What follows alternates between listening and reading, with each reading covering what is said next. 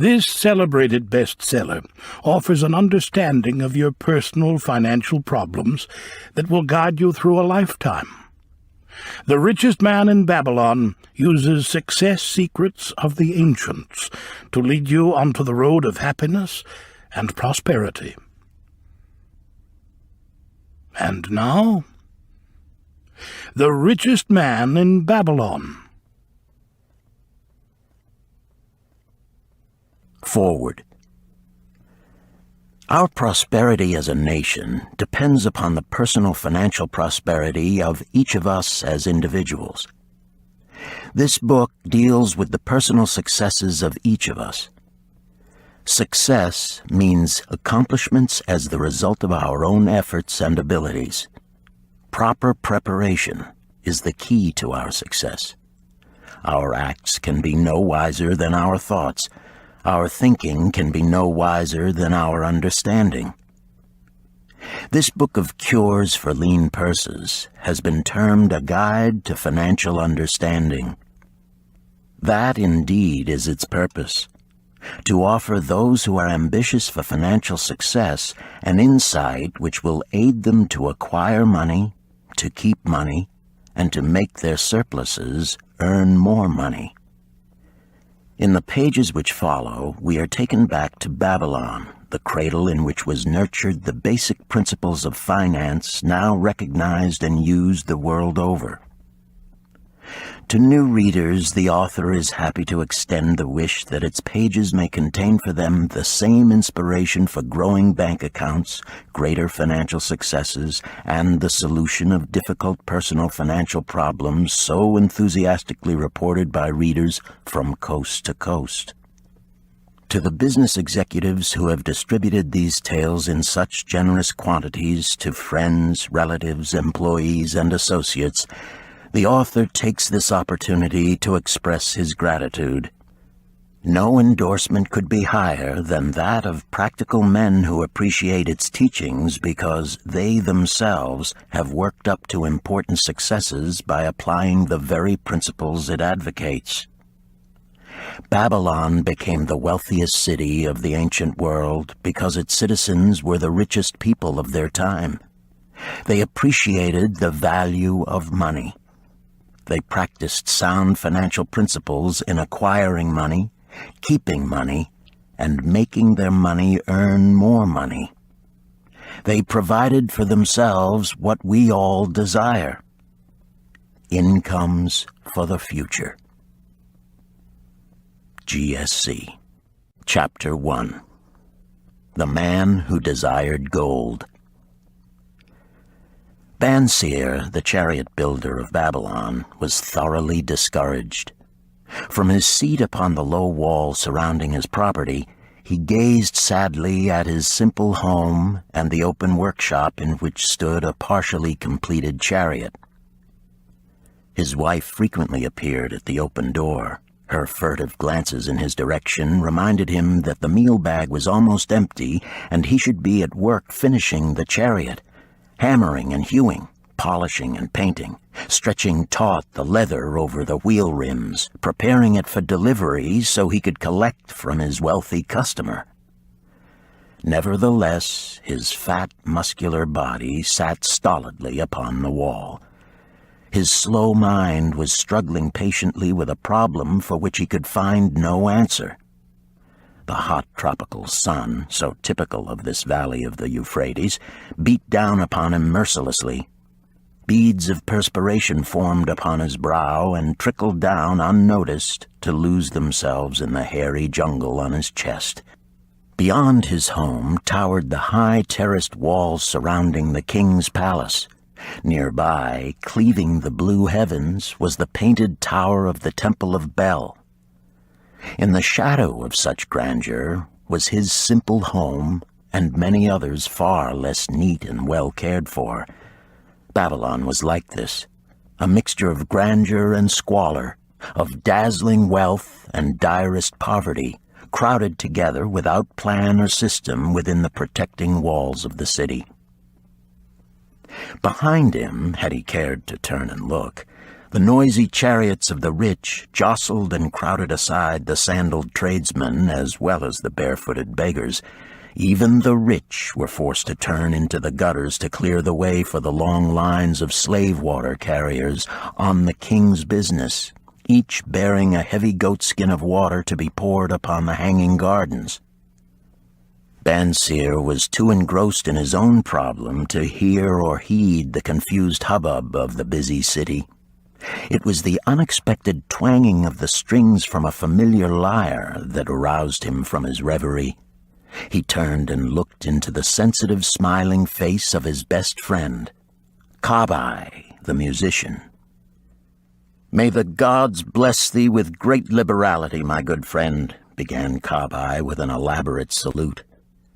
"Yet it does appear they have already been so generous thou needst not to labor. I rejoice with thee in thy good fortune.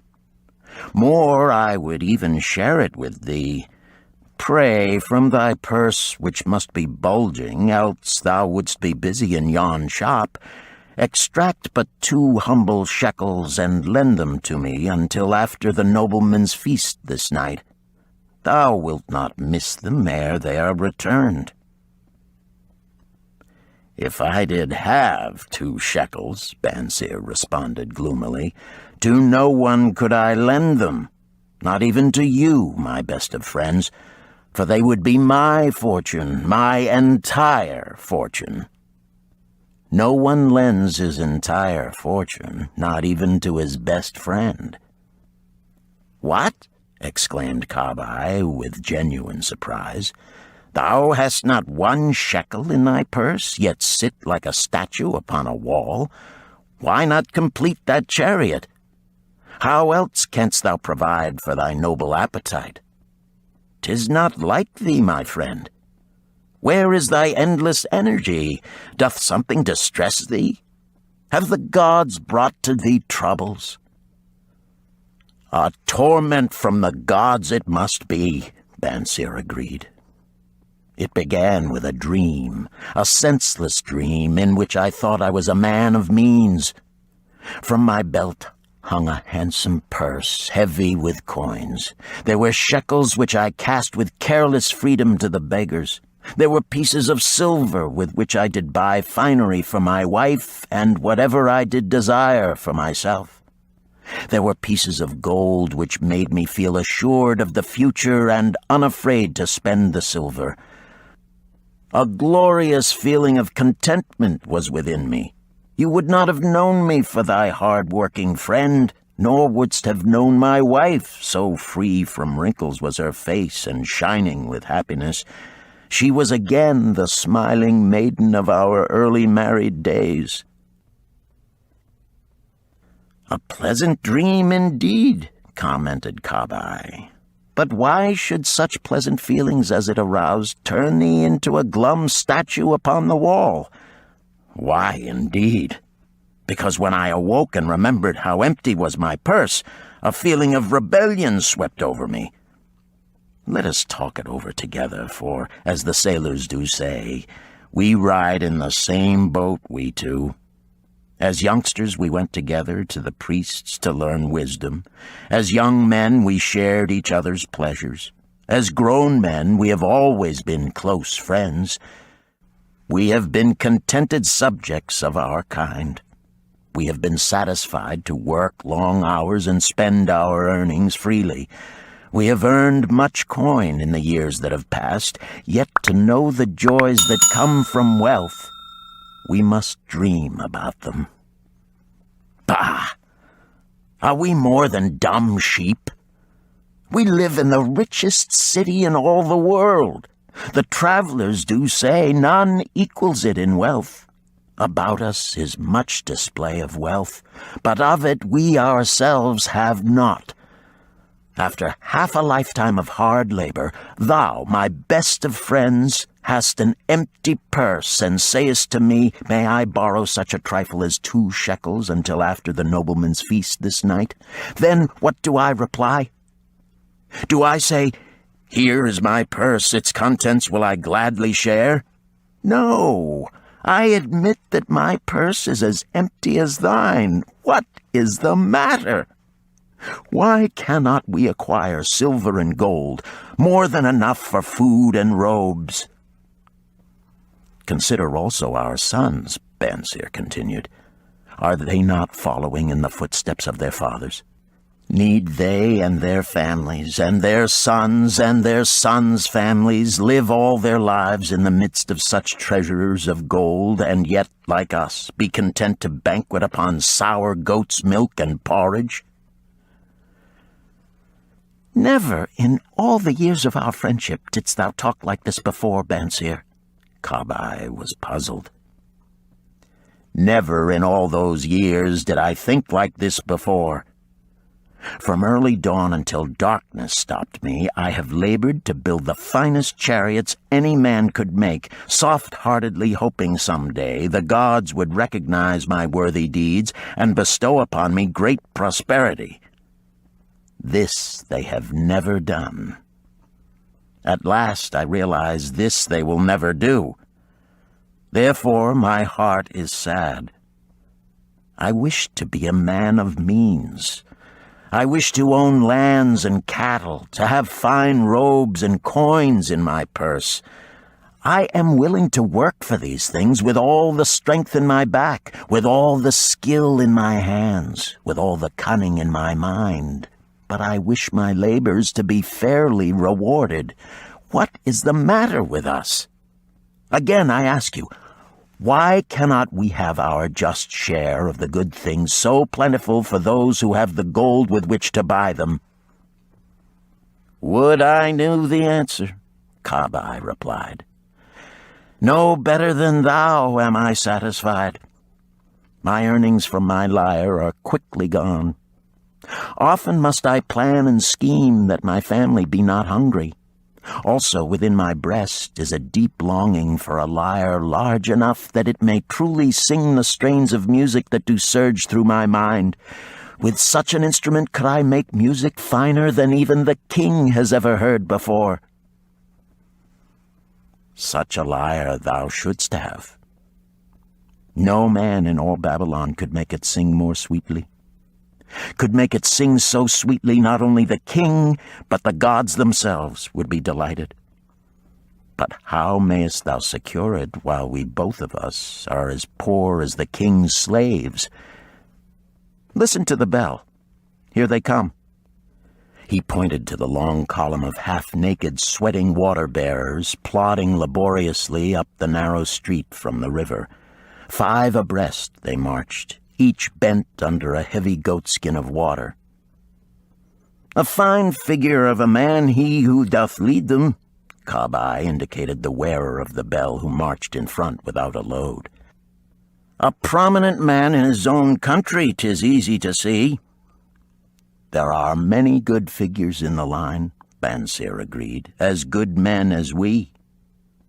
Tall, blond men from the north, laughing black men from the south, little brown men from the nearer countries, all marching together from the river to the gardens, back and forth, day after day, year after year, naught of happiness to look forward to, beds of straw upon which to sleep, hard grain porridge to eat.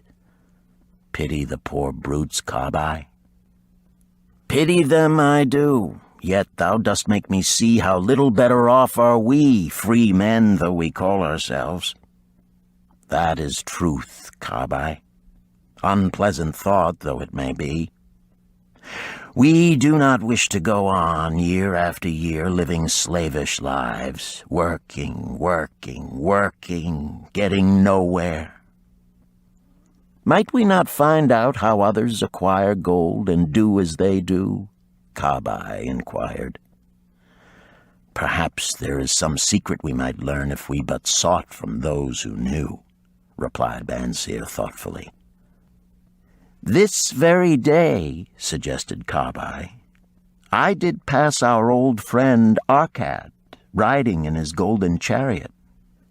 This I will say, he did not look over my humble head as many in his station might consider his right. Instead, he did wave his hand that all onlookers might see him pay greetings and bestow his smile of friendship upon Kabai, the musician. He is claimed to be the richest man in all Babylon, Bonser mused. So rich, the king is said to seek his golden aid in affairs of the treasury, Kabai replied. So rich, Bonser interrupted. I fear if I should meet him in the darkness of the night, I should lay my hands upon his fat wallet. Nonsense, reproved Kabai. A man's wealth is not in the purse he carries. A fat purse quickly empties if there be no golden stream to refill it. Arcad has an income that constantly keeps his purse full, no matter how liberally he spends. Income, that is the thing, ejaculated Bonser. I wish an income that will keep flowing into my purse whether I sit upon the wall or travel to far lands.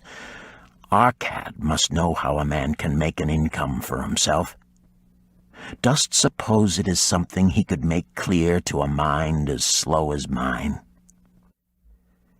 Methinks he did teach his knowledge to his son, no, Messire, Kabai responded.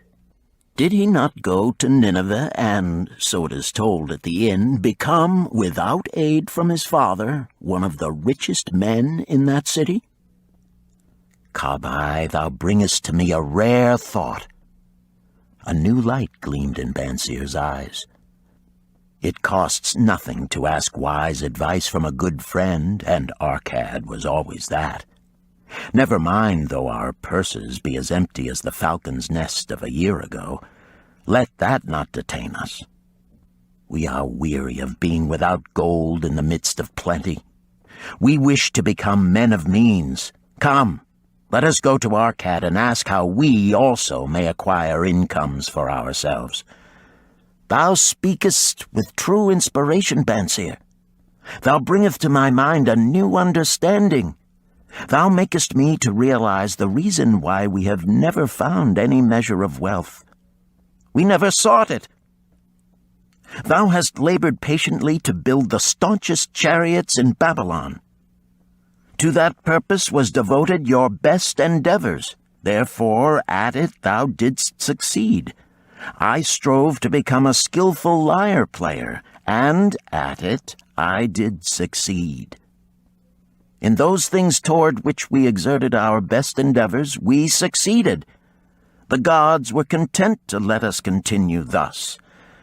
Now at last we see a light, bright like that from the rising sun. It biddeth us to learn more, that we may prosper more. With a new understanding, we shall find honorable ways to accomplish our desires. Let us go to Arcad this very day, Bonser urged. Also, let us ask other friends of our boyhood days who have fared no better than ourselves to join us, that they too may share in his wisdom. Thou wert ever thus thoughtful to thy friends, Bonser. Therefore hast thou many friends. It shall be as thou sayest. We go this day and take them with us.